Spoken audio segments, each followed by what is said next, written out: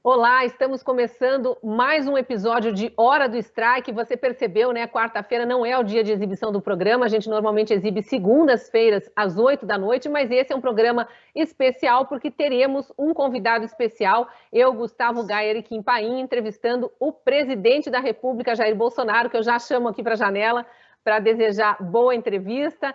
Obrigada pela participação, presidente. Abrir espaço na agenda para o programa Hora do Strike. Já dou também o boa noite aqui para o Kim Paim, Gustavo Gayer. Muito obrigado, viu, presidente? Vou deixar o senhor dar uma boa noite primeiro, antes de fazer a primeira pergunta. Boa noite, satisfação participar do programa de vocês. Conheço vocês três pela mídia, né? A não ser o Gayer pessoalmente, quando estive há pouco tempo em Goiânia. Então, conversar com pessoas que não estão pré-definidas, né? Predispostas a atacar uma pessoa apenas, é uma satisfação participar, coisa rara no jornalismo brasileiro. E parece que aqui a regra no Brasil passou a ter lado, né? Não aceitar o contraditório.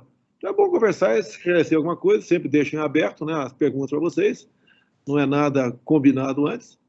Obviamente, como presidente, talvez alguma coisa eu possa não ter que responder. No resto, vamos em frente aí, que é sempre bom a gente conversar com a população. Temos que tomar cuidado até pelas regras de uso das redes sociais, né? Esse programa é transmitido também para o YouTube. Eu agradeço quem está nos assistindo pelo YouTube também, mas infelizmente tem alguns assuntos que não podem ser falados ou não, palavras que não podem ser ditas por causa dos algoritmos, então vamos tomar todos os cuidados. Não queremos sofrer censura nem strike, embora esse seja o programa que fala justamente disso. Presidente, eu queria começar mencionando esse anúncio recente, né? Agora do começo dessa semana, de que o senhor foi escolhido personalidade do ano pela revista Time por escolha dos que votaram, né? Era uma votação aberta, a gente imagina que a maior parte dos que votaram sejam brasileiros que estavam ou no Brasil ou no exterior, mas o fato é que de 9 milhões de votantes, o senhor teve 2 milhões e 100 mil, ficou com quase 25% dos votos, à frente de concorrentes de peso, né? O ex-presidente dos Estados Unidos, Trump, ficou em segundo lugar, mas com menos de 1 milhão, e em terceiro lugar, os profissionais de saúde, que, enfim, em ano de pandemia, no segundo ano de pandemia, obviamente estão em bastante evidência pela luta toda deles pela saúde da população. Eu queria saber, pergunta direta, saber se o senhor acha que melhora de alguma forma a imagem do Brasil o fato de o mundo inteiro estar vendo, através dessa escolha aí de 2 milhões e 100 mil pessoas, que o senhor é a personalidade do ano. A gente é tão difamado, né? Uma campanha de difamação internacional. O senhor acha que melhora a imagem do Brasil a escolha do senhor como personalidade do ano? E parabéns, né, pela conquista. Obrigado. No mundo empresarial, o Brasil vai muito bem. Eu tive há poucas semanas em Dubai, reunimos 700 empresários, 400 brasileiros e 300 árabes. Quem colaborou nessa reunião foi a CNI, e esteve presente também o governador Zema, de Minas Gerais. O encontro, obviamente, quando se reúne tanta gente assim, porque estão preocupados, no bom sentido, conosco. E nós temos levado a boa imagem do Brasil lá para fora. A forma como sou tratado no exterior é uma questão fantástica. Acabei de ser convidado pelo presidente Putin, da Rússia, para conhecer seu país, e nós devemos concretizar essa viagem agora, em fevereiro. Também ontem, aqui em Brasília, também a CNI reuniu 1.000 empresários. Estava eu lá, tinham 15 ministros meus, só 2 falaram, né? Foi o Paulo Guedes e o Tarcísio. E a aceitação a gente vê pela forma como as pessoas vêm tirar fotos com a gente, conversar, como aplaudem. A gente está muito bem. Agora, a gente está mal para a imprensa, para essa grande parte da imprensa tradicional, que virou um partideco de esquerda. Não vem nada de bom no governo, só maldade. Mesmo você despontando, crescer em torno de 5% esse ano, no corrente ano, mais de 2 milhões de empregos comprovados no Brasil, criados, a balança comercial nossa batendo recorde, arrecadações batendo recorde também. Então, eles não têm notícia boa. É notícia ruim o tempo todo, porque tem um asco no tocante a mim por 2 motivos. Né? Uma questão de recurso para a mídia, que nós reduzimos em aproximadamente 80%. E a outra questão ideológica. A minha bronca com a imprensa, desde que eu cheguei na Câmara dos Deputados, em 91, tinha acabado o período militar, e tinha ali, foi eleito comigo, mais de 50 parlamentares, né, que se diziam ter sido perseguidos durante aquele período anterior e me viram um capitão lá que seria um alvo, né, compensador para eles. E eu não cedi, fui para o pau com eles. E a imprensa sempre do lado dessas pessoas de esquerda. Então, é basicamente por aí. O Brasil vai bem. Inclusive, eu tive no Emirados Árabes, Bahrein e Catar. Eu não sei de qual desses três aí, um sheik daquele falou para mim, olha, quando eu falei sobre a imprensa, né, ele falou, olha, nós não acompanhamos o que acontece no Brasil e no mundo pela imprensa. Quando a gente quer saber o que acontece no país, nós temos informações diretamente que vêm das nossas aditâncias. É por aí. Então, o Brasil está dando certo. O Tarcísio mesmo falou que terminamos esse ano com mais de 700 bilhões de investimentos para infraestrutura, em especial aqui no Brasil. Estamos indo muito bem, graças a Deus, levando-se em conta a pandemia. Nenhum governo enfrentou, nas últimas décadas, o que eu enfrentei, que é a questão da pandemia. E uma oposição quase unânime dos governadores, que queriam a todo custo, né, pela economia, tentar me derrubar.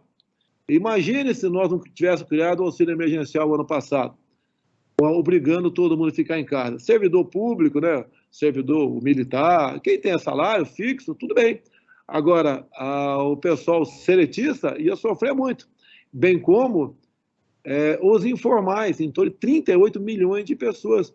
Então, tivemos via auxílio emergencial, atendendo os informais, via 2 programas do governo, evitando demissões em massa, fizemos o possível. E acreditem, né, os governadores terminaram 2020 com os cofres cheios de dinheiro, que também tivemos um programa no começo do ano, dando para eles aquilo seria uma expectativa de perda de receita. Nós demos para eles. Então, não se tem notícia no Brasil de nenhum governador ter atrasado folha de pagamento, de não ter pago todo o 13º e ter saudado, inclusive, folhas que eles deviam anteriormente. Então, o Brasil, na economia, no tocante à pandemia, né, a economia nossa foi muito bem. E o pessoal entende isso de lá de fora, vê para cá. Você vê a inflação no Brasil, em grande parte, ou melhor, quase tudo, em função da política do fica em casa, a economia a gente vê depois. Então, apesar tivemos aqui escassez de alguns alimentos, né, uma procura maior do que a oferta, não houve desabastecimento, mas isso influenciou diretamente na inflação. E apesar desses problemas todos no Brasil, eu entendo, graças a mídias sociais e algum órgão de imprensa, outro, que transmite a verdade, a gente continua com uma popularidade muito grande.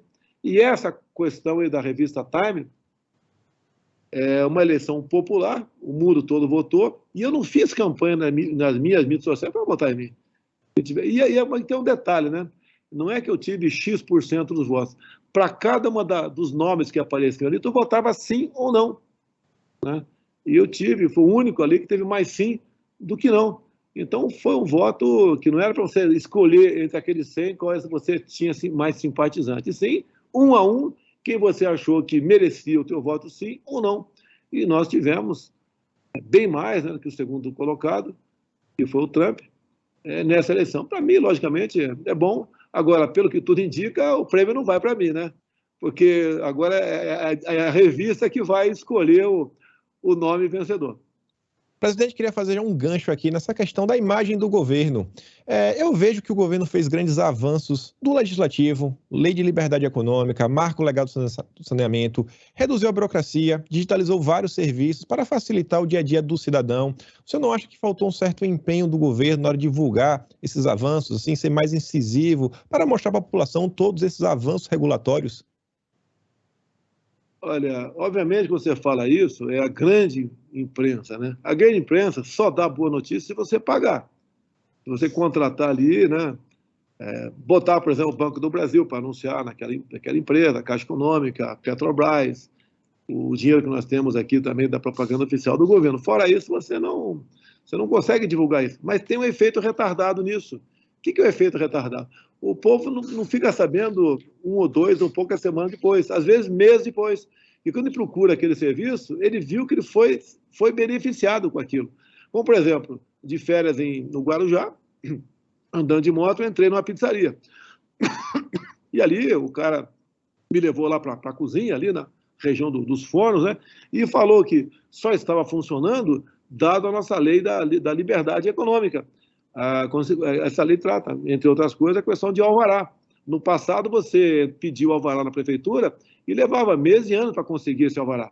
E hoje em dia não, você dá entrada, se em 30 dias a prefeitura não se manifestar, você já pode abrir o teu negócio. Então tem um efeito retardado nisso tudo. Você quer ver uma coisa? A questão da internet. Eu lembro de umas idas minhas na região de São Gabriel da Cachoeira, conversei em locais distintos, né, com tucanos e também com os Yanomamis. E eles ali pediram internet para a gente. Tá? Então, o que acontece? Quando você começa a levar a internet para esse povo mais distante, que eles cada vez estão mais próximos de nós, né? Eles vão se inteirando do que acontece, mesmo com retardo. Eles têm, não é? Eles não vivem na aldeia de forma isolada, vão à cidade também. Eles vão se inteirando daquilo que a gente está fazendo, dos benefícios que a gente está levando para eles. Então, no efeito retardado, a gente consegue mostrar o que nós estamos fazendo. Por isso, talvez, apesar de não acreditar em pesquisa, né, a gente sempre está na casa de 30% ali de intenção de voto aqui no Brasil. Gustavo? Presidente, boa noite. Mais uma vez aqui, obrigado aí pelo privilégio, pela honra de conceder uma entrevista aqui ao nosso Hora do Strike. Voltando um pouco à pergunta da Cris, né, em relação a essa enquete, né, da pesquisa, não, da enquete do Pessoa do Ano, que acontece todos os anos numa revista de grande circulação, não só nos Estados Unidos, mas no mundo inteiro. O senhor ganhou, né, pelo voto popular. Nós sabemos que o título vai ser concedido mesmo pelos editores, né, não pelos leitores, não por quem acessa o site. Mas foi uma votação expressiva, foram mais de 2 milhões de votos.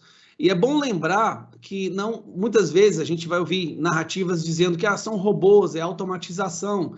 E é importante frisar que a votação no Pessoa do Ano ela é feita com verificação. Ou seja, a pessoa tem que entrar no e-mail, aceitar um link, voltar para a enquete e fazer a sua votação. Não tem como ser uma votação automatizada, né, com os bots, como eles gostam sempre de dizer que existe aí nas redes sociais, a tal milícia e tudo mais. A pergunta que eu gostaria de fazer é, nas pesquisas que acontecem aqui no Brasil, o senhor é colocado sempre como perdendo para todos os candidatos, assim como foi em 2018. E quando temos uma enquete onde a verificação é oficial, não tem como ter automatização, o senhor vence. Resumindo, o senhor perde nas pesquisas, mas vence em todas as enquetes que temos nas redes sociais, até mesmo em enquetes de sites de esquerda ou os blogueiros, verdadeiros blogueiros de esquerda. Então fica uma confusão na cabeça do povo brasileiro, né? Em quem devemos acreditar? Nas pesquisas ou nas enquetes? Né? Sempre colocando o senhor como perdendo para todos, mas quando vai nas ruas, como o senhor mesmo fala, tomar um caldo de cana e comer um pastel, você consegue levar mais pessoas do que os candidatos da terceira via, os outros candidatos em comícios. Né? Em quem nós devemos acreditar?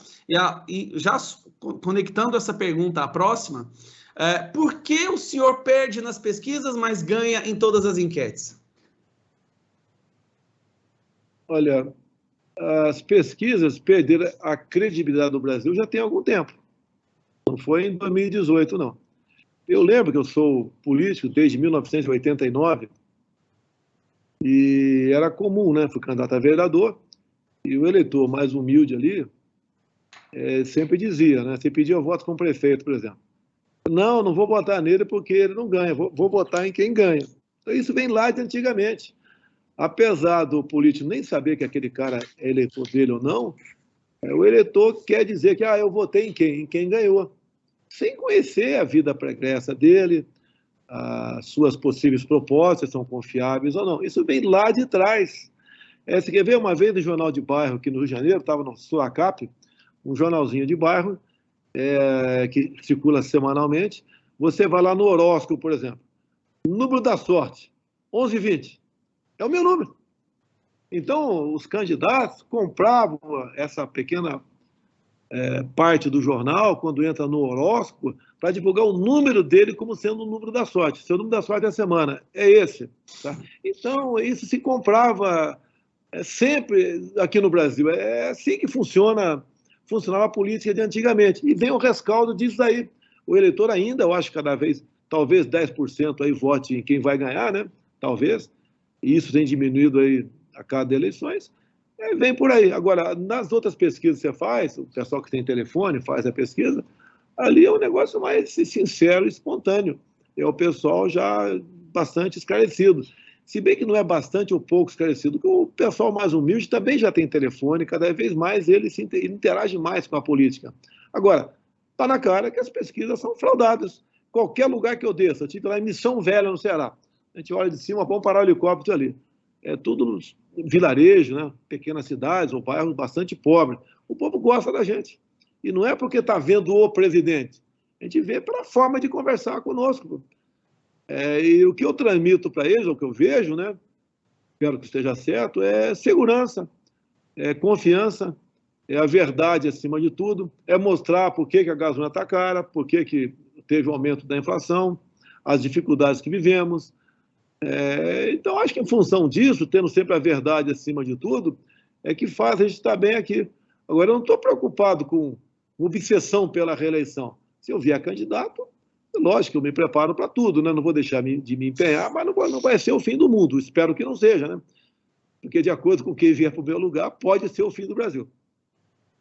Presidente, eu queria falar um pouco de pandemia, mas focando na questão do passaporte sanitário, que avança pelo mundo e também pelo Brasil. Ontem, o Ministério da Saúde anunciou que não vai exigir o comprovante de vacinação de estrangeiros que chegam ao Brasil. Vai seguir como vinha fazendo, exigindo o teste negativo para a Covid, com algumas regras ali. Quem vier sem vacinação vai ter que ficar 5 dias em quarentena e repetir o teste para depois poder sair às ruas. O senhor pretende baixar alguma medida por parte do governo federal para tentar regularizar essa questão para os brasileiros, já que cada estado está tomando uma iniciativa diferente, alguns já com bastante rigor sobre a população? Outro dia me perguntaram sobre o carnaval. Eu falei, não vou opinar. Quem decide são os governadores e prefeitos. Né? Porque se eu tomo uma decisão, eu posso ser contraditado depois, né? E quem decide, na verdade, na ponta da linha, é o respectivo prefeito. Tudo bem. Nessa decisão dessa portaria publicada por nós, acho que foi ontem, né? Eu participei no final dessa reunião. E ali o Supremo Tribunal Federal estava ameaçando, via ministro Barroso, né? Se a gente não exigisse aí o passaporte vacinal, ele exigir uma canetada só. Aí colocamos ali o PCR com uma quarentena, tá? E eu acho que satisfez. Da minha parte, eu não tomei vacina e não vou tomar vacina. É um direito meu, tá? E assim como é direito de qualquer pessoa, caso não queira tomar a vacina. Até porque os efeitos colaterais, né, efeitos adversos, são enormes. Ontem mesmo, estava aqui bastante triste, né? Tem vários médicos que tomam café comigo aqui todo dia, pelo menos um toma café comigo. Ele estava com uma irmã próxima de 40 anos de idade, em estado grave no hospital. E ele falou que foi, sim, em função da vacina. Você pode ver, eu tenho um ministro, vamos falar o nome dele aqui, que está passando mal também. E a informação que nós temos, é um ministro, né? São 23 ministros, que também está numa situação bastante complicada, ele passando mal, desde quando tomou, há poucas semanas, a terceira dose da vacina. Não é apenas a internet que você vê lá, uma senhora, né, um senhor, falando que perdeu um filho, teve trombose, teve problemas com o coração, amputou parte de membros. Tá? A gente está vendo agora do meu lado aqui. E o que eu digo? É a liberdade. Eu nunca falei que você deveria ou não deveria tomar vacina. Eu sempre disse que ela é opcional. Você decide. Inclusive, eu exigi agora de uma autoridade do meu ministério aqui, quando falava em vacinar criança, né? Falei, eu quero a comprovação científica. E mais ainda, você vai ter que falar, né, de acordo com a sua decisão, que, por exemplo, a Pfizer continua na sua bula que ela não se responsabiliza por qualquer efeito colateral. Ponto final. Agora, se o cara quer tomar vacina mesmo assim, estamos disponibilizando para ninguém me chamar de anti-vacina, eu sou um negacionista, sou terraplanista. Todo mundo quer tomar, tome a oportunidade. Agora, o que aconteceu com a população brasileira? A grande mídia botou aí um terror na cabeça das pessoas. Tinha muita gente aqui que estava me criticando na questão da vacina, porque não chegava. Queriam que eu tivesse comprado vacina no ano passado. No ano passado não tinha vacina para vender. E no corrente ano também não tinha, a não ser as prestações, como nós fizemos. Nós somos um dos países que mais vacina no mundo, né? Não só em quantidade, bem como levando-se em conta proporcionalmente. Fizemos a nossa parte. Agora, a decisão de tomar vacina na ponta da linha é de cada pessoa. Tá? A minha esposa, por exemplo, estava nos Estados Unidos, ela resolveu tomar vacina. Eu conversei com ela, ela tinha já contraído o vírus, uma coisa que é uma verdade, quem contrai o vírus está mais imunizado, tem mais anticorpos que quem tomou a vacina, mas mesmo assim, apesar de estar comigo todo dia, conversar comigo todo dia, resolveu tomar a vacina. Passou mal por uma semana. Tá? Parece que está sem problema agora, parece, né? Mas é uma realidade que eu tenho mais visto aqui. Eu tive a semana com médicos, né? Tive, por coincidência, com 2 médicas em momentos distintos. Uma havia tomado a primeira dose e falou que não vai tomar a segunda. Outra tinha tomado 2 doses e falou que não vai tomar a dose de reforço. Mas tem gente dizendo que vai tomar. Esse ministro meu tomou a 3ª dose. Eu não influencio na vida de ninguém. É uma questão tão íntima, tão pessoal isso aí, que tem que ver com a vida da pessoa. Então ela tem que ter a capacidade de decidir se vai tomar ou não essa vacina. Se ele confia ou não. Confia, toma. Não confia, não toma. Agora, não podemos admitir, por parte de quem quer que seja, né, essas obrigatoriedades. É triste a gente ver o que está acontecendo no Brasil. Eu não tenho autoridade, por exemplo, para revogar um decreto do Eduardo Paes, do Rio de Janeiro, que está fazendo barbaridade agora com a exigência do passaporte vacinal, tá? Porque a decisão é do Supremo Tribunal Federal. Em falando em Supremo, nós colocamos 2º lá dentro. Né? Quem for eleito ou reeleito o ano que vem, 23, logo no início, eu vou botar mais 2. Aí vamos supor que eu venha candidato e me reeleja.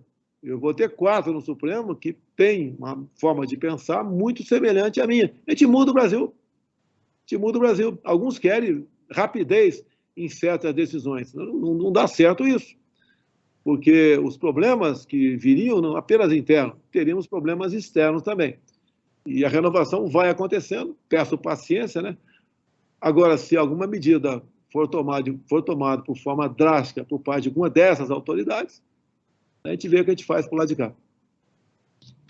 Presidente, o senhor, nesse âmbito aí, eu estou falando até os limites da sua atuação, o senhor acredita que parte da população, talvez a grande parte da população, espera muito de um presidente sem saber as limitações que o cargo impõe? Você não acha que falta, assim, um conhecimento maior do funcionamento da máquina pública como um todo? Como funciona o dia a dia, Congresso, Executivo, Judiciário, essa harmonia entre os poderes, sabe? As limitações do presidente, as dificuldades para o presidente tentar, por exemplo, impor a sua pauta?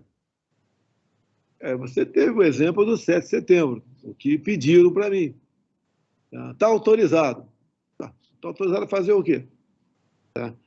Quais as consequências de uma medida que eles queriam que eu tomasse?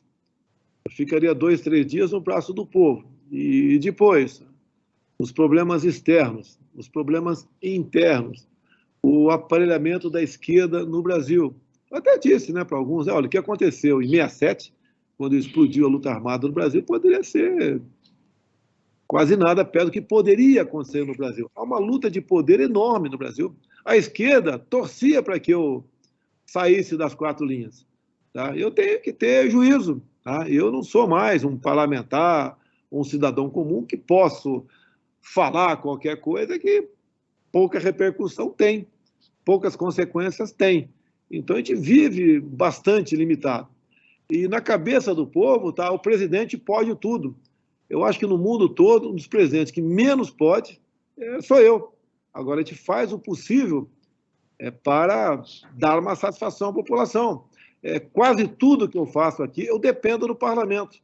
Quando baixo decretos, portarias, tem interferência do Supremo Tribunal Federal. Né? Lá tem um ministro, por exemplo, que ele é desarmamentista, ele simplesmente, como os partidos pequenos, entulham o Supremo de ações, ele dá uma liminar contra a gente. É o tempo todo assim. Agora, eu acredito que, mesmo assim, está conseguindo sobreviver, ele está conseguindo ganhar forças. E vai, no meu entender, a curto prazo, né, médio prazo, impor aí, dentro das 4 linhas da Constituição, uma política que interesse para o Brasil dentro de uma normalidade. Quem está jogando fora das 4 linhas, quem joga de vez em quando, não sou eu. Você pode ver, o que é comum no mundo todo, e a história nos mostra, que são os chefes de executivo que partem para impor uma ditadura, um regime mais forte. E aqui é exatamente o contrário. Quem evita que isso aconteça é o poder executivo. E você pode ver, o povo é acostumado, né, até no regime de antigamente, patriarcal, onde o marido mandava em casa, 100%. Né? Hoje em dia isso mudou bastante. Então, eles pensando nisso, nessa forma como foram educados, acho que o presidente pode tudo.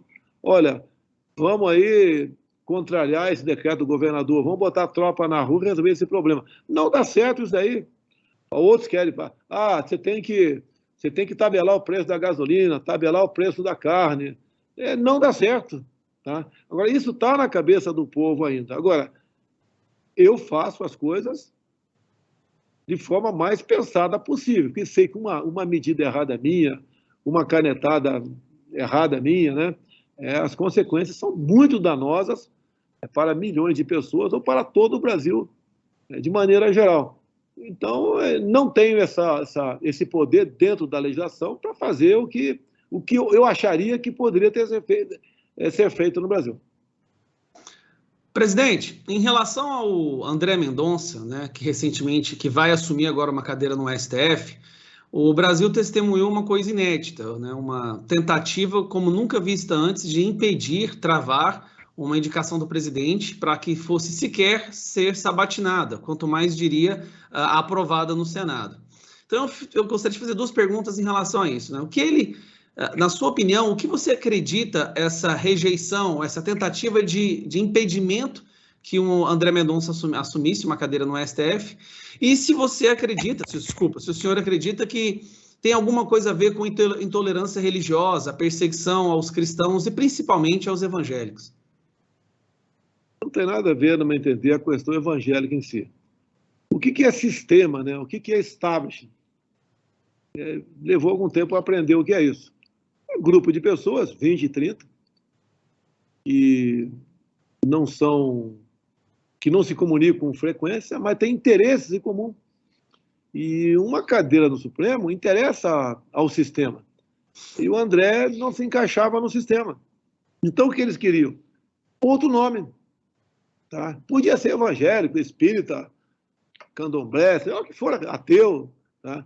Eles queriam alguém que se encaixasse nos seus interesses. Tá? Então, por isso, parte de alguns do sistema que houve esse trabalho aí enorme contra o André Mendonça. E foi quase um milagre a eleição dele. Tá? O trabalho aqui, porque a votação era secreta, se fosse aberta, ele teria uma votação quase unânime, né? Que ali um senador queria brigar com 40 milhões de evangélicos no Brasil. Tá? E nós trabalhamos, eu acho que até o atraso na votação acabou ajudando o André. Tá? No começo, não se colocava em pauta, porque achavam que o nome dele passaria, mas eu acho que o contrário, quanto mais o tempo passou, melhor ficou para a aprovação do André. Foi bastante apertado, acho que 47 votos, meia dúzia a mais do necessário. Eu acho que foi uma das ou a mais apertada votações da história para o Supremo Tribunal Federal.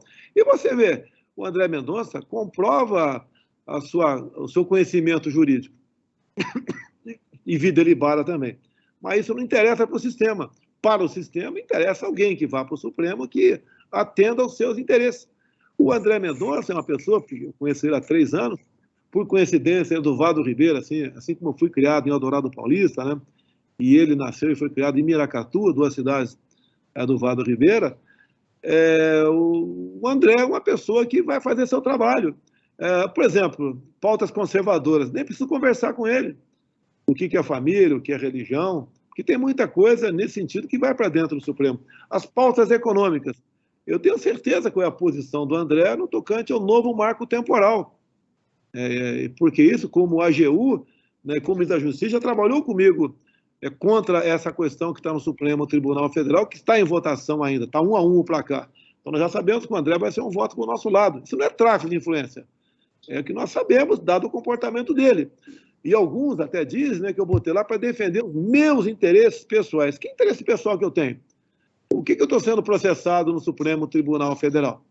Sei lá, uma questão lá uma bronca minha o dela comigo, na Maria do Rosário, um tempo atrás, e outras acusações que tem da CPI, né, que chegou lá me chamando de genocida, etc., essas questões todas.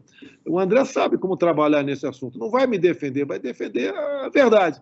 Agora, as pautas que tratam das questões aí criminais, é que para eles tem uma incógnita. O que o André vai fazer, no meu entender? Vai jogar com imparcialidade essas questões. Então, o grande temor era essas questões. Eu acredito que o André não vai perseguir ninguém, não vai extrapolar, não vai querer tirar atraso de nada, né? Não está magoado, no meu entender, por esses 4 meses que levaram, foi cozinhado o nome dele lá na Comissão de Constituição e Justiça para a sua sabatina. Eu acho que ele vai ser um exemplo. Agora, algum voto ou outro vai ter repercussão, né, negativa junto à sociedade, isso é normal acontecer.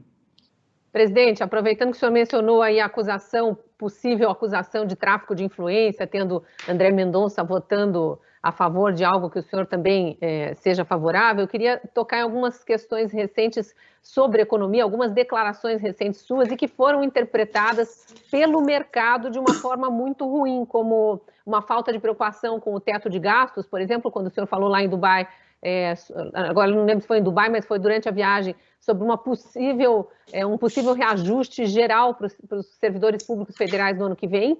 E agora, mais recentemente, quando o senhor falou que a Petrobras iria começar a anunciar a queda no preço dos combustíveis, já o pessoal interpretando como um possível acesso privilegiado a alguma informação da Petrobras, o que seria, inclusive, irregular. O senhor já deu explicações sobre esses 2 casos específicos, mas eu queria fazer uma pergunta no sentido de que se essas declarações que o senhor dá, às vezes ali pressionado pela imprensa, numa entrevista e tal, de alguma forma trazem um aprendizado em função da repercussão negativa que elas provocam.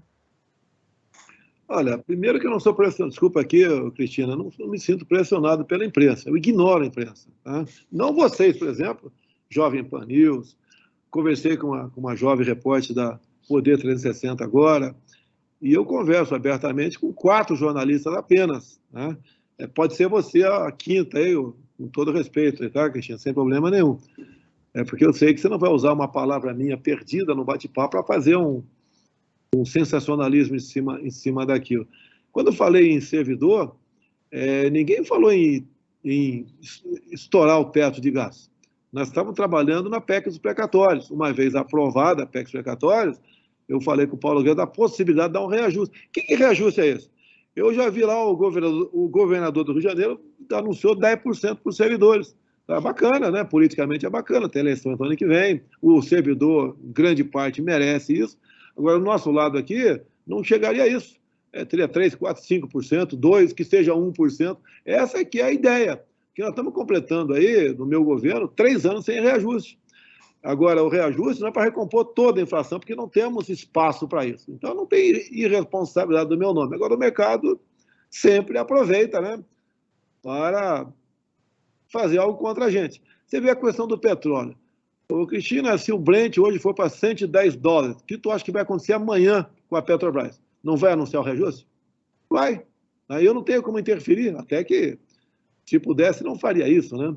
Agora, quando caiu quase $10 nos últimos dias, o que eu falei? A tendência da Petrobras é reduzir o preço.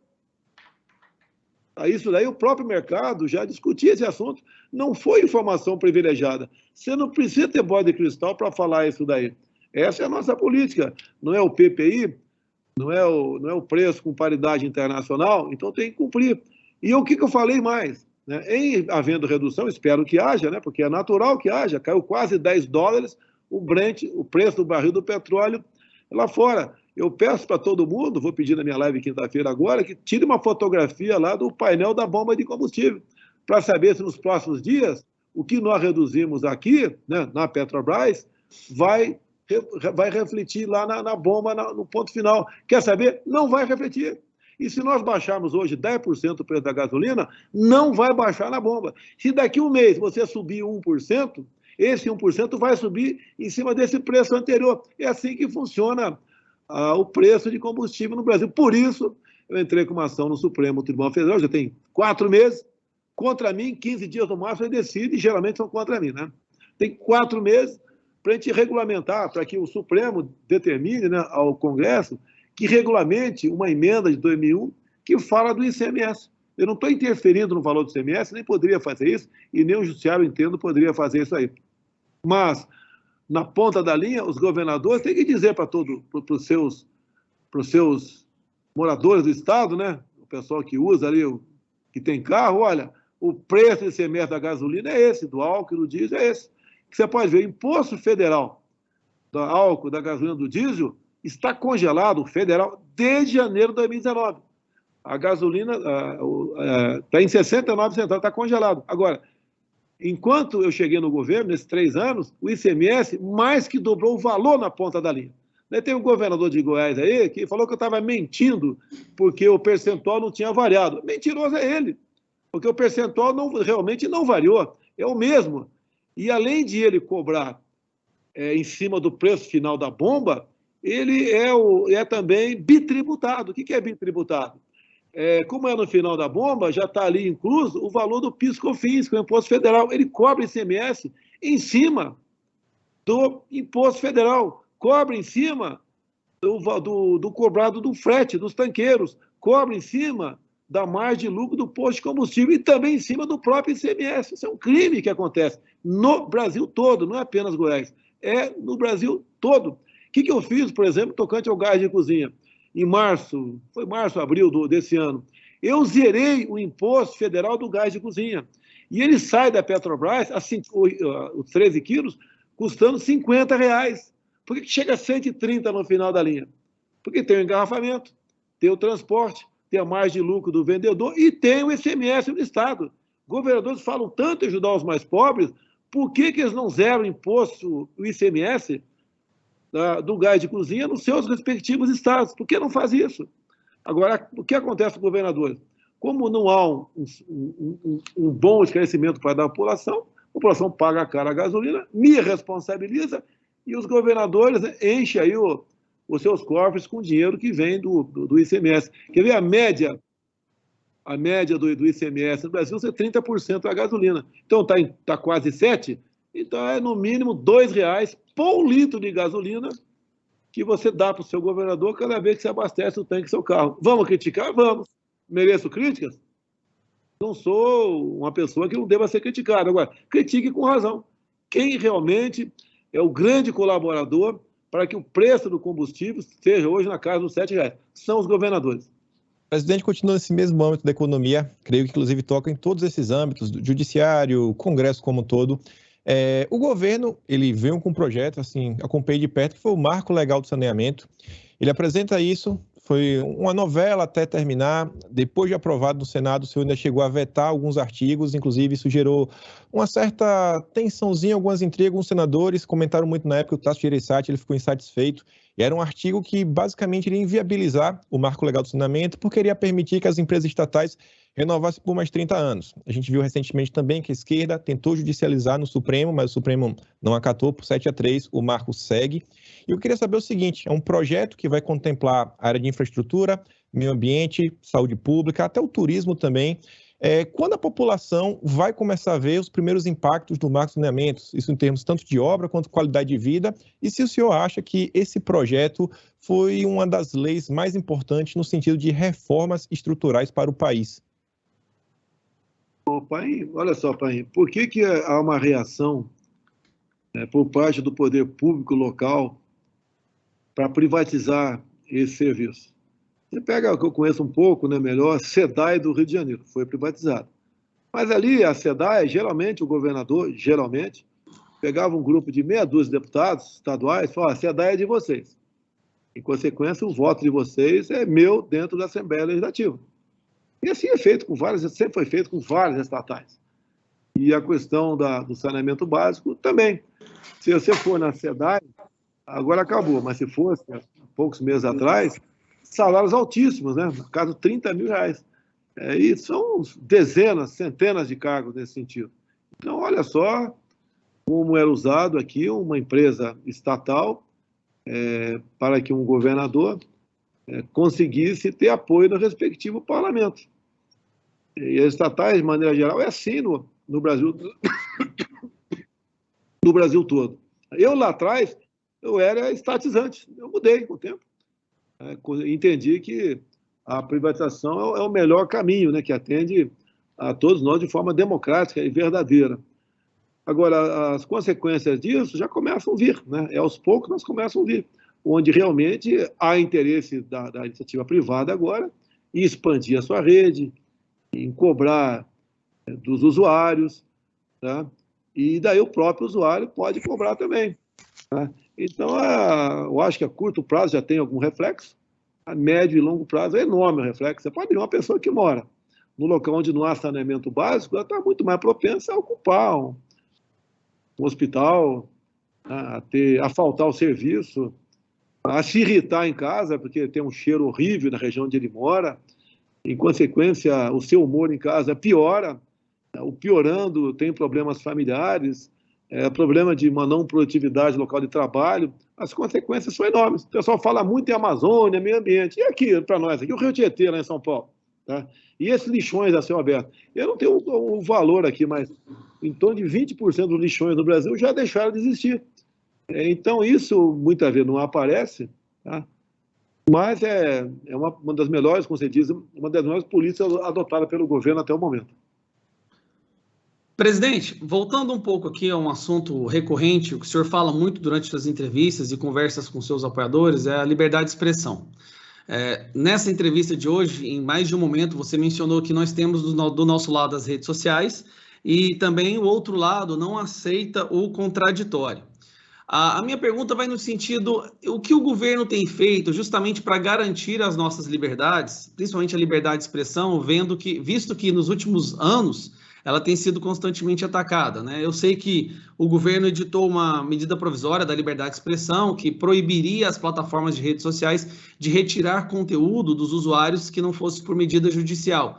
E a gente está vendo também uma perseguição constante para jornalistas, blogueiros, como eles gostam de usar também, né? E pessoas comuns que emitem as suas opiniões nas redes sociais e estão sendo canceladas, proibidas, perseguidas, até mesmo respondendo a inquéritos. O que o governo vem fazendo em relação justamente para garantir e proteger, nesse momento que precisa de proteção, da nossa liberdade de expressão? Olha, até aquela medida provisória, vou ler com atenção ela, basicamente a gente copiava o dispositivo da própria Constituição. O problema nosso não é a legislação, é por parte de alguns do judiciário, tá? Que resolveu simplesmente ignorar para tudo e a todos, e ele ser a Constituição, ele ser a lei. Tá? O que a gente faz aqui no Brasil? Um trabalho de convencimento. Cada vez mais o povo vai entendendo como funcionam as coisas do Brasil e qual o papel dele.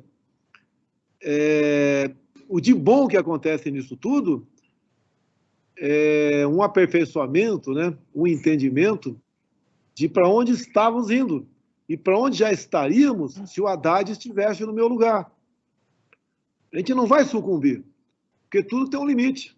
Eu lamento a prisão do jornalista, Trovão está preso ainda, Roberto já está preso ainda, isso é uma violência sem tamanho, praticada por um ministro do Supremo Tribunal Federal, que agora abriu mais um inquérito contra mim em função de uma live que eu fiz há poucos meses. O abuso, que eu disse, ele está no quintal de casa. Será que ele vai entrar? Tá? Será que ele vai ter coragem de entrar? Não é um desafio para ele. Quem está avançando é ele, não sou eu. Agora, isso interessa a todo mundo no Brasil. Quer ver uma das coisas que me conforta, e é bom o povo tomar conhecimento, aqueles que me criticam, né, falam, eu apoiava esse cara, não apoio mais. É direito teu, cara. Não se esqueça de uma coisa, né?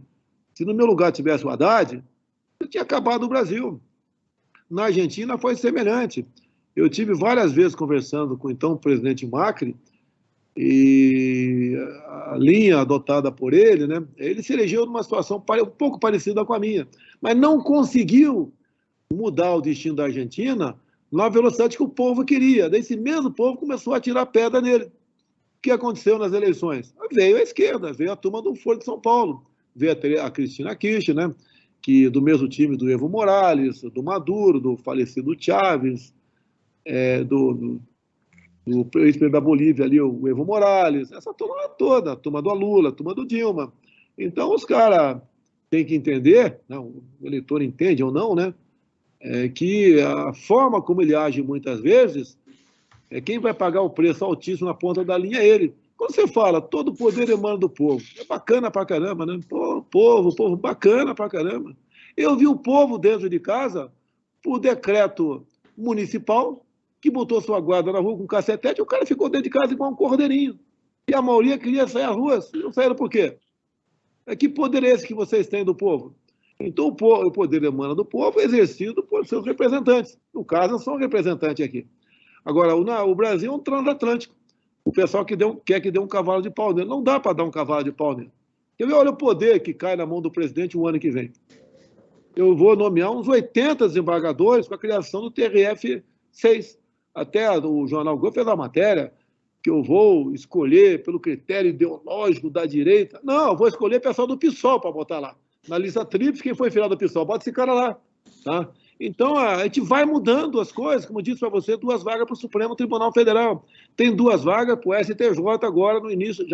Já era para ter sido preenchida, no STJ que decide a lista, e quando manda para mim, que vai ser decidido no início do ano que vem. A gente vai escolhendo gente com perfil parecido com essa maioria que votou em mim. A gente vai mudando as coisas. Agora, o que eu posso fazer algo além disso, né? Eu sou a barreira final. Nós sabemos que para o sistema não interessa uma possível reeleição minha. Não interessa mesmo. Não interessa por quê? Se você pegar estatais, 2015 e 2020, lá atrás dava prejuízo, agora dá lucro. Diferença, em torno de 90 bilhões de reais. Você pega empresa individualmente, os Correios, que ficavam no 0 a 0. Deu lucro de 1,5 bi ano passado, esse ano vai ultrapassar 3 bilhões. Itaipu Binacional, e ninguém sabia nada dela, a não ser gerar energia. Quase não tinha obras nenhuma na região. O ano passado, investimos 1,5 bilhão de reais. Esse ano, uma quantia grande também. É dinheiro que, no passado, sumia da empresa.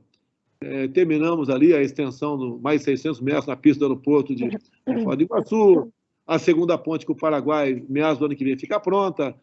Eu estarei nos próximos, ainda esse ano, lá numa cidade chamada Peralta, no Paraguai, junto com o Marito, assinando ordem de serviço para a segunda ponte com o Paraguai, dinheiro da Itaipu Binacional. Essa ponte vai servir para a bioceânica. Nós vamos ter uma saída para o Pacífico aqui, via rodoviária, né? Via terrestre.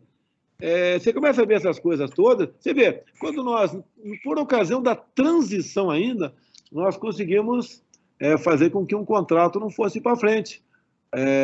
O Ministério Ministério não, a FUNAI. A FUNAI tinha assinado um contrato, não deixando ir para frente, 50 milhões de reais para ensinar os índios a mexerem com Bitcoin. 50 milhões, não é jogado fora, é para o bolso de alguém. Índio mexer com Bitcoin. Eu não sei mexer com Bitcoin. Tá? Tínhamos também ali, que era comum, pegamos vários contratos, pagos, inclusive. Por exemplo, é simples, você pedia para a empresa de consultoria te informar, real, que eu estou te falando, se uma cidade tal da França, se você poderia botar um escritório da Embratur lá ou não, para promover o Brasil. Essa pesquisa, né, essa consulta, preço, 5 milhões de reais. E acima, pancada de contratos. Quando você acaba com isso no governo, olha a quantidade de pessoas que ficam com ódio de você. Ele perdeu aquela oportunidade de ganhar alguns milhões por ano só nessas questões que são pequenas. Nós encontramos aqui, por exemplo, hangares da FUNAI, onde o valor do aluguel anual era maior do que o preço da aeronave em pane que estava dentro do hangar. Tem coisa no governo que não conseguimos resolver ainda. Você pega aí os DICEI, como é que é o nome? DICEI, Saúde Indígena na ponta da linha, que atende aí Amazonas, basicamente, Roraima, é um DS4, em torno de 10 mil reais. A gente quer botar para uma pessoa competente e decente, ela não aceita. Por quê? Vão me matar. Essa é a verdade, vão me matar. Agora, o que tem que pode estar acontecendo lá? É empresa de táxi aéreo para transportar índio. Transporta índio ou transporta quem está mandando aquele cara lá? Você não consegue resolver muita coisa. Você não consegue resolver. Tá? Mas, mesmo assim, a gente vai fazendo o possível. Quando você vê um índio, né, como eu vou lá, eu tive há poucos meses, estive lá com os tucanos, os caiapós, né? Ô, Cristina, fique tranquilo que eu vou falar aqui, não vai cair, não. Eu perguntei, né? Covid, o que vocês tomaram para combater o Covid? Eles responderam para mim, tomamos chá de saracura muriá, carapanaúba ou jambu. Eu perguntei, alguém morreu aí? Ninguém morreu. Ninguém morreu. Então, você vê essas pessoas, né, seres humanos, alguns são tão desenvolvidos como nós, como é que você pode roubar essas pessoas?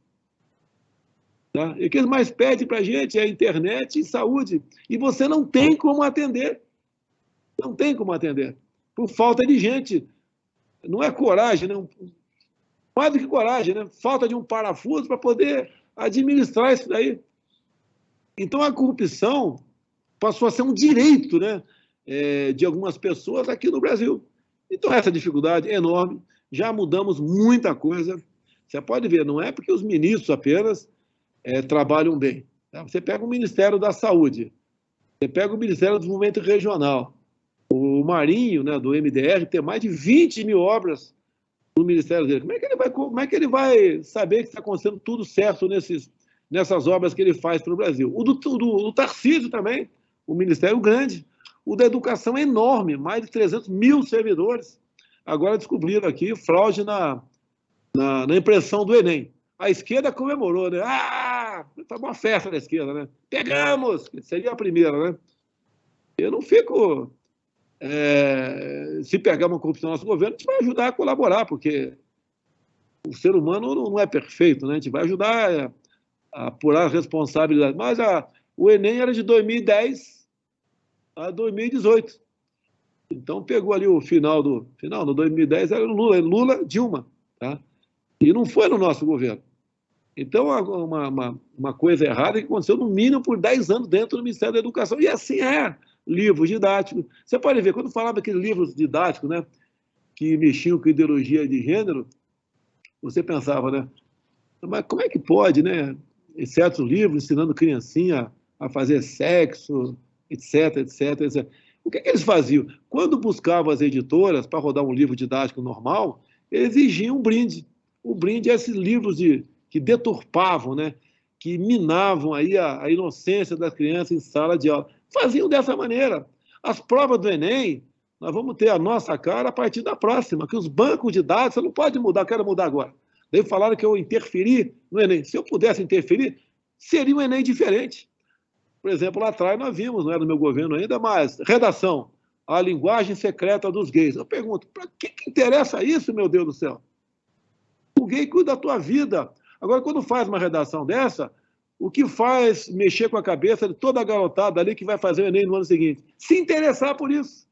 Como é que é a linguagem secreta dele, que o gay faz? É bacana, não é? Vamos experimentar. É isso. Destruindo a civilização. Isso que a esquerda fez aqui por muitos anos no Brasil. Ainda existe resquício disso. Quem esperava um dia, nós temos um ministro da Educação competente na área dele e pastor evangélico, como André Mendonça, competente e pastor evangélico. Não esperava.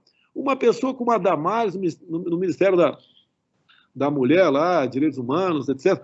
Nunca esperava ter uma pessoa desse perfil lá. E tem. Agora, alguns acham que está errado, não votam, mas não vote, não tem problema. Agora, lamento, porque se a esquerda voltar no poder, vai ser para nunca mais sair daqui. E não adianta você chorar depois. Para nunca mais sair daqui. Você pega a CEAGESP de São Paulo, por exemplo. Agora eu vou falar para um universo de muitas pessoas, né? A alimentação de todo mundo, quase alguma coisa, no mínimo, passa por ali. Como era a CEAGESP, na mão de um deputado federal, tá? Que tiramos o cara de lá. Ali você cobrava propina até de quem empurrava carrinho de verdura, R$160 por mês. Cobrava propina de mulher que servia um cafezinho, R$40 por mês. Alugavam box, né, por um preço abaixo da tabela, sem contrato, com contrato subfaturado, para corrupção. Então, era uma coisa... Ali imperava prostituição, tráfico de drogas, tudo que não prestava a CEAGESP, uma cidade. Então, quando percebia que não dá para a gente saber, né, tudo que acontece no governo de uma hora para outra, quando vi que estava errado lá, quando eu falei em trocar e sugerir um nome, o pessoal da economia falou, não, tem que botar um gestor. Eu falei, gestor, pipoca nenhuma. Lá é lugar de polícia. E convidei um coronel que tinha recém deixado a rota para administrar. E hoje faz um trabalho excepcional. Uma das coisas que ele fez lá foi pintar a torre, que tem um relógio, né? Os jornais locais falaram que ele apenas pintou a torre. Vá lá para você ver o que está acontecendo, vê as mudanças. Botamos uma agência da Caixa Econômica Federal lá dentro. ver como é que funciona lá dentro, respeito, ordem, disciplina. Mudou completamente aquela questão. Então, essa é a marca do governo da gente, a gente vai buscando, né, cada vez mais mudar. E tem mudado. E quando chega qualquer coisa para mim, muita coisa chega no cercadinho aqui em Brasília, né, que alguns criticam, o cara dá um pendrive para ele, dá um papel, eu tomo a providência. Passo para o Ministério da Justiça, que apura via Polícia Federal, né, se procede ou não aquela acusação. E tem muitas operações, com toda certeza, como sempre acontece com a Polícia Federal, né, há muita operação em andamento. E alguns falam que eu acabei com a Lava Jato. Eu falei um tempo atrás que, dependesse de mim, para o meu governo, dada a forma que nós tratamos o governo, a Lava Jato não existiria. Agora, se eu tivesse poder para acabar com a Lava Jato, com toda certeza, Dilma e Lula teriam acabado. Com toda certeza, né? Teria interferido na Polícia Federal. Você não tem como interferir na Polícia Federal, ainda bem. E a PF vem fazendo o seu trabalho pelo Brasil. Agora, não é fácil, realmente, a situação de chefe de Estado, onde a população quer, né, solução imediata para os seus problemas. Presidente, eu sei que o seu tempo é precioso, está acabando, a gente não queria deixar de falar de política, então vou fazer uma última pergunta aqui, relacionando com a sua filiação ao PL. Depois que o senhor se filiou ao PL, alguns ministros começaram a anunciar que sairão candidatos ou a governos estaduais ou ao Senado, e outros já se especula que também farão isso. Pergunta objetiva, como vão ficar os ministérios? Não vai ficar muito desfalcado o time do governo? E se acontecer, o senhor já tem nomes de peso para a substituição? Você vê, por exemplo, o Ricardo Salles, né? Um excelente ministro, foi excepcional para redirecionar aí a questão de IBAMA, ICMBio, as políticas ambientais, e ele resolveu sair. Tá? Houve a indicação aí do Juca, um cara excepcional também. Tá? Então, os ministros sabem, deve ter uns 10 que vão sair para disputar alguma coisa, eles sabem que não é, logicamente, eles vão apresentar o nome para mim, mas esse nome não quer dizer que vai ser automaticamente aquele cara, não. Eu já trabalho, eu sozinho aqui, quem iria para cada ministério com a possível saída deles, podendo não ser o meu nome, podendo ser até o nome indicado pelo ministro. Mas acredito que não haverá esse desfalque todo, porque é muita responsabilidade. Você ser ministro não é fácil. Tá todo mundo de olho em você, está Tribunal de Contas da União, está Ministério Público, tá todo mundo. Então, a baita responsabilidade, você responde por que acontece por lá, né? E, obviamente, os ministros que forem sair vão ter o zelo também de, se quiser colaborar na indicação, um nome que dê continuidade ao seu serviço. Agora, pouca coisa funciona no Brasil em ano eleitoral, né? Isso é natural acontecer. Então, acho que não vou ter problema tocante a isso. Os 10 ministros, aproveitando aí, respondendo o que você vai perguntar daqui a pouco, né? Vice, começou a circular o nome na imprensa, eu já falei, ó, o nome que circular já está arriscado. Então já tem 2 nomes riscados para possível vice. Já alguns ministros, talvez, né, ou gente da assessoria deles, quer se cacifar para dizer que ele é o bam, e já está cortado. E eu falei, olha, o ideal, né, você pensar em votos, né, além da competência, obviamente, né, um nordestino ou mineiro. Ontem, acho que foi a Jovem Pan News, até eu liguei para lá, né, e falei, olha, aquela reprimenda, porque esse é o nome de possível vice, que era o Fábio Faria ou Ciro Nogueira. Eu falei, não existe nada acertado, já estou conversando com um possível vice aí, tá certo? Porque não posso ser um casamento de última hora, né? E esse nome fará bem para mim, para o governo, para o Brasil, tem que ser um nome respeitado, não é só porque é nordestino, só porque é mineiro, só porque é paulista, só porque é gaúcho, não. Tem que ter algo mais. O ideal é que somasse também por aí. Agora, a gente não está pensando em ter uma chapa para ganhar a eleição. Para ganhar a eleição e depois não poder governar. Isso é horrível, isso é péssimo, né? Ter um vice que te atrapalhe, isso é horrível. Então, um vice que nós estamos trabalhando aí, pode ser um general de quarta-feira também, pode ser. E vai acontecer em março, talvez, aí um pouco depois a gente anuncia o nome dele, e um nome que agregue e que dê respeitabilidade à nossa chapa. Presidente, muito obrigado por nos conceder essa hora extra aqui no Hora do Strike. Nossa audiência agradece. A Gazeta do Povo tem uma audiência, um público eminentemente conservador também, que segue muito o corpo técnico desse governo. Então, vou deixar o senhor se despedir dessa audiência aqui e também do público que não é assinante da Gazeta do Povo, mas está nos acompanhando nessa transmissão. Obrigado a vocês pela oportunidade. aqueles que estão nos ouvindo aqui votaram em mim, da personalidade do ano, logicamente fica feliz com isso aí. E um recado para vocês. Estamos com problemas? Sim, mas temos que saber qual a origem dos problemas, né? Nunca aí nós tivemos conhecimento de uma crise tão grande como tivemos no ano passado com a pandemia, com as consequências, né, além das mortes, que a gente lamenta, consequências na economia.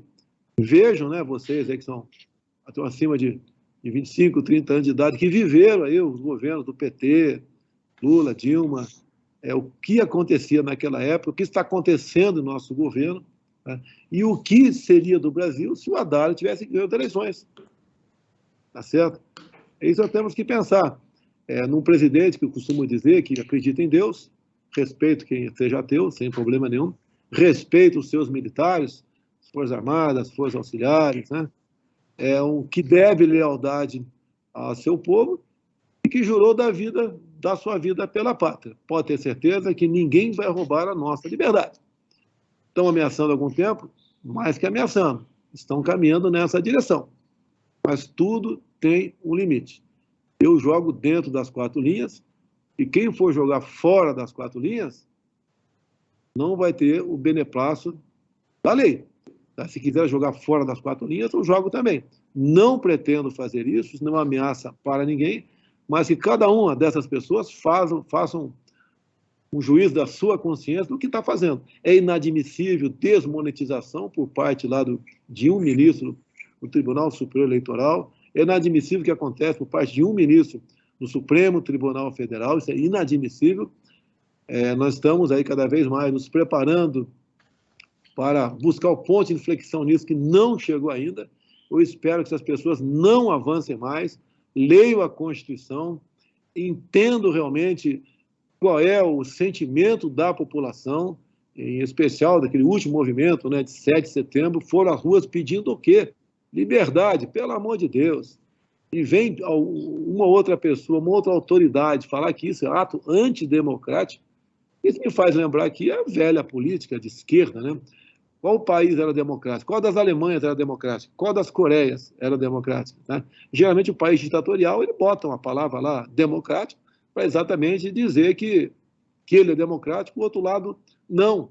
Olhe, por exemplo, a Comissão da Verdade. Alguém acreditou na Comissão da Verdade do PT? Tá certo? Que aconteceu no passado. Fica difícil você lutar contra a verdade. Os caras botam o nome Comissão da Verdade. Fica difícil você lutar. Até eu falei naquela época, tinha muita coisa a falar sobre isso. Por que não começa a Comissão da Verdade apurando o caso Celso Daniel, Toninho do PT, entre tantos outros no Brasil? Então eles buscam palavras bonitas, como agora você vê, né? Eu vejo um candidato aí sem dedo, falando que teve preso injustamente, para não dar cabeçada na parede, pensava em Deus, na família. Tá de sacanagem, né? Se eu pudesse contar para vocês o que eu ouço aqui das viagens do 7 dedos aqui no avião, que ele fazia, em especial, que lá tem um quarto, tem uma cama de casal, né? Para o presidente usar, eu só usei uma vez, que eu estava passando muito mal, porque eu dou exemplo, está sempre comigo o João Heleno, fala que quando tiver um mais velho comigo no avião, eu não vou para o quarto, de jeito nenhum. Agora, o que acontecia naquele quarto, o que acontecia aqui no Alvorada, quando se fala em viagens internacionais, não tenho prova disso, são palavras de pessoas que estão há muito tempo trabalhando no governo, né? Estão aqui, militares em grande parte. Tinha, por exemplo, uma senhora, não falo o nome dela, que era presidente, que quando viajava, ela chegava no hotel, a diária 30 mil, não quero, ia para uma diária de 50, e pagava as 2 diárias. E ninguém, às vezes, e muitas vezes tinha viagem que ela marcava, você tem que fazer reserva com antecedência, e ninguém perguntava para ela se a viagem estava confirmada, tinha um medo, e alugava o hotel. E muitas vezes, nesse hotel, tá, ela não ia, se pagava a conta. Mais ainda, se fazia acompanhada de uma cabeleireira, quase 30, 40 mil para a cabeleireira, quase do lado do prédio dela. Assim que funcionava. Aqui onde eu estou, aqui estou no Palácio do Alvorada, aqui o que eu faço muitas vezes? Sempre fiz. No quartel eu já fazia isso. Eu estou sozinho em casa, eu vou comer na cozinha com o pessoal. Não tem que servir comida lá em cima. E como o quê? O que tiver na hora. Aqui era comum ter 3, 4, 5 pratos diferentes. O que ela pedisse tinha que estar pronto em 30 minutos. Tinha que estar já pré-cozido tudo aquilo lá. Era uma coisa inacreditável. A piscina aqui, por exemplo, quando eu cheguei, tinha um aquecimento elétrico. Imagina uma piscina olímpica com aquecimento elétrico. Não sei. Vou chutar 10, 15 mil que se gasta de energia por ano. Desliguei esse negócio. Minha mulher não reclamou. Tá? O cartão corporativo tem 3.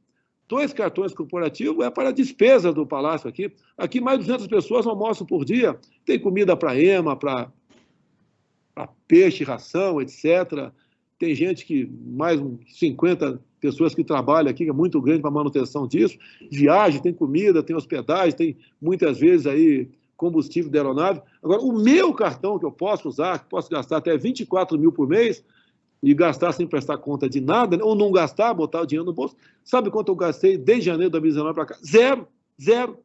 Eu, por exemplo, posso requerer aposentadoria pela Câmara, 30 mil por mês, desde janeiro de 2019. O que eu fiz? Não pedi a aposentadoria da Câmara.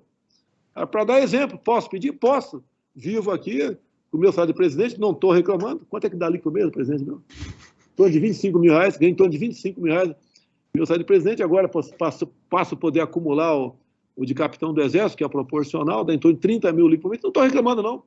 Vivo muito bem com isso. Tá? Minha mulher não é de gastar também, cuida da vida dela. Tem tudo de graça aqui. Aqui tem quarto, aqui que eu não conheço ainda, aqui onde eu estou, aqui no Prado Alvorada.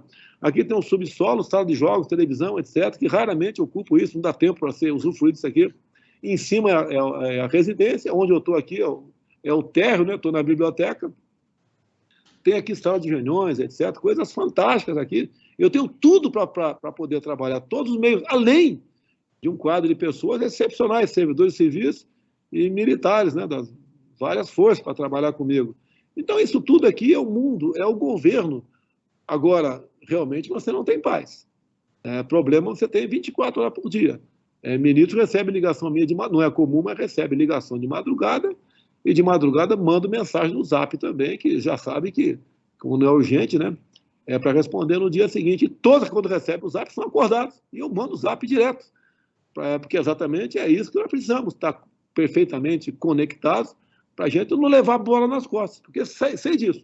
Um dia aparecer algo de corrupção no governo, vão querer me destruir, me comparar com Lula, né? Uma coisa impressionante, me comparar com Lula. Isso pode acontecer? Pode, né? Igual o Lula, não, porque a gente não vai dar cobertura para ninguém. Se pegar alguém, vai ser, se tiver uma comprovação, vai ser afastado, vai ser averiguado, investigado. E se for o caso, ele vai pagar pelo seu possível crime. É o exemplo que nós estamos dando. Porque não adianta, eu falo para alguns, né? Sempre falei com o deputado federal, não adianta você ter uma sala do teu quarto cheia de nota de $100. Você não pode sair na rua porque a violência impera, tá? Você não pode ficar em paz se o teu filho sai também, questão de violência, questão de companhias, drogas, etc. E tem que mudar o Brasil. Você pega, por exemplo, posso continuar? Pode, presidente. Pode. Estou preocupada com a sua agenda, mas a agenda é sua. Ajuda aí. Imaginou uma área de 750 quilômetros quadrados? Eu acho que tem muito município em Goiás, o Gaia, que tem uma área maior do que isso. Tem. E lá não tem nada. Qual é a economia dos caras? Tá? Os caras é basicamente investimento em conhecimento. Tem lá a Pérola, tem lá um porto que recebe o minério do Brasil, que lá ele produz muita coisa. Basicamente é um centro comercial. Tá? E o Brasil? Olha o que nós temos. Agora, o nosso commodities vai acabar um dia. Não adianta tu achar que a reserva de nióbio de Catalão, se bem que já entregaram, né, para os chineses, ela não vai acabar nunca. Tá? Estamos aqui, temos aí nióbio ali em Araxá, 30% não é nosso. Teria algo para falar sobre isso, mas seria estratégico, no caso, falar aqui agora. Nós temos que agregar valor que nós produzimos. Para onde vai o Brasil? Não adianta você estar bem e o Brasil estar mal. É que eu falo para alguns parlamentares aqui, mudou bastante a forma de agir em Brasília. Temos problemas? Ainda temos. Tá? Tem parlamentar que não sabe o limite dele, mas temos uma maioria que já sabe o seu limite. Que o Brasil estando bem, nós todos estaremos bem, e não o contrário. Então, isso tudo é uma briga diária. Você sofre ataques 24 horas por dia, na tua família, quem está no seu entorno, com ações as mais variadas possíveis. O preço disso, eu peço desculpas à minha família, que muitos estão passando, até gente, familiares afastados meu, como em São Paulo, aí, sofrem também no tocante a essas perseguições, que vêm dos mais variados locais, né, inclusive do próprio governo. E eu sempre dizia na reunião de ministros, eu não quero ser blindado por nenhum de vocês, entendeu, Sérgio Moro? Eu não posso admitir ser chantageado. Entendeu, Sérgio Moro? Assim era comum acontecer. E esse cara não fez absolutamente nada para que COAF, para que Receita não bisbilhotasse não só a minha vida, bem como de milhares de brasileiros. Que isso nos atrapalha. Você pode investigar o filho do presidente? Pode. A mulher do presidente? Pode. Mas investiga legalmente, com uma acusação formal. Investiga. O próprio presidente, eu posso ser investigado, tá? Sem problema nenhum, mas não dessa forma como eles fazem. E certas pessoas pegaram o seu respectivo ministério, depois saíram do governo, obviamente, né, para se preparar politicamente para o futuro. Presidente, só uma pequena pergunta, já que o senhor tocou nesse ponto. Pai, aqui é importante. Quando se fala, por exemplo, em apreensão de arma de fogo, fuzil, cocaína e maconha por parte da Polícia Federal e Rodoviária Federal. No período do Moro, né, teve uma apreensão de X, Y e Z. Quando saiu, tudo isso mais do que dobrou. Sim. Então se tinha operações quase em São Paulo. Por quê? Não vou entrar em detalhe aqui, nem vou te responder. Eu sei por quê. Assim funcionava. Então, alguns ministérios aqui em Brasília, que você só conheceu as pessoas depois que elas começaram a trabalhar lá, né? Ou a frequentar aquele ambiente. Bem, Paim, com a palavra aí, por favor. Não, só que o senhor tocou no âmbito aí do seu Sérgio Moro. A gente vem acompanhando aí as movimentações dele enquanto político, e ele agora começa a criticar algumas ações do Supremo Tribunal Federal, mas é um ponto assim que fica bem questionado, inclusive estou com a matéria aqui da imprensa. O Moro ele foi calado por muito tempo, com todas as questões que envolviam Lula, e quando o ministro Luiz Edson Fachin ele toma a decisão que tornou Lula elegível em março, o próprio Congresso em Foco noticiou na época que o Moro defende Fachin em primeira manifestação pública após anulação do STF. E o Deltan Dallagnol, inclusive saiu na UOL, com mais Fachins, Lava Jato teria chegado muito mais longe. Não parece um pouco estranho eles estarem calados? No primeiro momento eles defenderam o Fachin e agora eles começam a criticar a soltura do Lula? Isso na minha cabeça não encaixa muito bem. É porque tem que ter um discurso, né? O Moro vai falar muito em combate à corrupção. Teve um bom trabalho dele lá atrás, ninguém nega isso aí. Mas depois parece que o pessoal ali começou a ter outra visão. Por exemplo, naquelas mensagens de zap vazada, eu tenho comigo parte aqui, nós conseguimos oficialmente, eu sou citado em mais de 100 oportunidades, em um dado momento, a troca de mensagens dos procuradores diz o seguinte, descobrimos quem vaza informações do COAF para a imprensa. Tá? Daí o cara pergunta embaixo quem, né? O outro ri, né? E lá embaixo o cara fala o nome do cara, era o presidente do COAF indicado o diretor da COAF indicado pelo Moro. Então os caras... teve um caso, me permite não falar o nome, vocês vão lembrar? Por favor, não fala o nome não, tá? De um deputado federal, ministro meu, que foi acusado de ter laranjas por ocasião das eleições. Por isso ela começou a apurar, essa matéria vazou, pancada no respectivo ministro. Eu chamei o Moro. Bom, Moro, já que está sendo divulgado pela imprensa, por que a Polícia Federal está investigando esse ministro, que foi candidato num estado aí? Porque uma pessoa ligada a ele recebeu um valor que, divididos pelo número de votos, dava um fator 50. Está legal. Eu já sabia, né? Eu puxei para olha aqui, ó. De outros partidos pelo Brasil, outros partidos especial de esquerda, o fator dá acima de 50. Por que você não está investigando? É só para queimar o governo? Dizer que eu tenho um ministro corrupto do meu governo? Se bem que no final da linha foi arquivado o processo, não chegou a lugar não, mas foi uma dor de cabeça enorme para nós, isso aí. Ou seja, ações, né, eram direcionadas, eram selecionadas pelo ministro, investigações selecionadas. Então, isso daí, desde o começo, eu plantei. Eu queria mandar ele embora lá atrás, mas como ele tinha um prestígio muito grande, ficava difícil você justificar a demissão dele, né? Tanto é que na mídia social era comum, né? Moro no Supremo, Dallagnol na PGR, ou então não tem retenção. Era um negócio terrível. Inclusive, quando vazou isso, eu já sabia dessa questão, já estava... Eu peguei o Moro pela mão, né? Fomos num evento da Marinha aqui em Brasília, fomos de barco, então pelo fundo, todo o povo viu. Peguei ele pela mão também, por ocasião do 7 de setembro, quebrando o protocolo, o povo aplaudindo o Moro e eu. Depois Jogo do também, Flamengo. Do Flamengo. Agora, não tem coração nenhum Zero, zero, não tem gratidão nenhuma, zero. É o interesse seu, pessoal, e mais nada além disso daí, tá certo? Então, isso foi somando, até que chegou um dia que ele viu que ia sair, né, e resolveu pedir demissão. Teve o seu pronunciamento por volta das 11 da manhã, naquele dia 22 ou 24 de abril, se eu não me engano, falando aí um montão de coisa. Eu falei à tarde, à noite vimos o Nacional, ele tem a cara de pau de pegar uma printada da Carla, de mensagem da Carla Zambelli, que tinha sido, ele foi padrinho de casamento dela. Eu não fui no casamento, eu estava em viagem, cheguei a tempo, confesso, não vou mentir para você, cheguei a tempo de ir, mas graças a Deus minha esposa já tinha ido, eu resolvi não ir atrás, tá certo? Graças a Deus, tive justificativo no caminho, depois cheguei cansado, e teria fotografia com o Festival, mas já sabia quem essa figura era, né? Aquele vazamento que não levou a lugar nenhum. Tá? Quando ele fala que a reunião reservada não é secreta, né? Reunião reservada. Você não vai fazer reunião secreta com 23 ministros, mais 10 assessores, quase 40 pessoas presentes. Não existe isso. Tá? Aquela fita ali, tinha 29 palavrões, é a minha maneira de comportar. Quem não gostar de mim, paciência, volta no educadinho bandido aí, né? Sem problema nenhum. Foi demonstrado com a fita que eu gostaria que não fosse divulgada, que eu não era obrigado a gravar aquela reunião.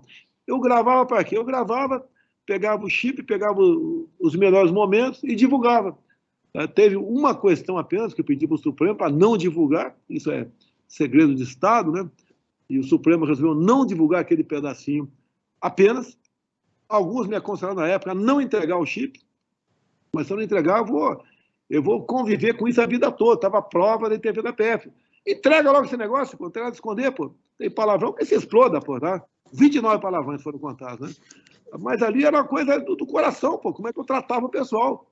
Eu me referi ao Moro várias vezes. Moro, tem que fazer alguma coisa. Estão algemando mulher em praça pública, caçando surfista, faz alguma coisa. Depois você vê o caráter do Moro. Quando ele fala que ele poderia, né, ser mais reativo contra portarias e decretos de armas. Pô, pelo amor de Deus. Né? Cristina, vamos supor, Cristina, tá? Supor que a gente namora. Nós dois somos solteiros, estamos namorando. Eu tenho um chulé terrível. E você aceita casar comigo. Você não pode, depois de casar, reclamar do meu chulé. O meu chulé, por exemplo, para o Moro, um dos chulés, era a questão de arma. Como é que ele aceitou ser ministro? Sabendo que eu sou uma pessoa pró-armas. Presidente, eu sei que estamos aqui no fim do dia, mas o senhor tem ainda compromisso, não quero esticar a sua agenda. Obrigado, valeu, um abraço. Agradeço também a você que esteve conosco até agora, especialmente aos assinantes da Gazeta do Povo, porque são os assinantes que permitem a produção de conteúdos como esse. Caso você ainda não seja nosso assinante, te convido a aproveitar a promoção que está no link na descrição do vídeo para vir tornar-se um membro da nossa comunidade e ajudar a patrocinar esse jornalismo único no Brasil. E trago de novo para a tela aqui Gustavo Gayer e Kim Paim, que participaram dessa entrevista, para agradecer também a vocês que estão sempre aqui na hora do strike e especialmente pelas perguntas hoje para ajudar aqui na entrevista ao presidente. Gustavo, boa noite. Bom, foi um privilégio, né? É uma honra poder entrevistar o presidente do nosso país e, como sempre, dando respostas diretas, sem rodeios, com muita franqueza. Então, foi um prazer. Espero que a gente possa fazer isso novamente no futuro. Um abraço para todo mundo. Tchau. Eu só posso reiterar tudo que o Gustavo falou, várias coisas interessantes. Eu sempre acabo me interessando muito pela questão política, eu que vim acompanhando os desdobramentos, já avisando 2022, o que o presidente fala sobre a questão do vice chama a minha atenção. Ele já dá alguns spoilers do que a gente pode esperar para 2022. Esse finalzinho também é interessante ver questões que envolvem Sérgio Moro, Lava Jato, a passagem pelo governo e fora todas as outras perguntas. Então, um prazer, muito obrigado a todos que estiveram até aqui e até o próximo programa. Próximo programa, na próxima segunda-feira, será o último do ano, o último dessa segunda temporada, e teremos a companhia da Bárbara, do canal Te Atualizei. Não perca, segunda-feira, 8 da noite. Até lá.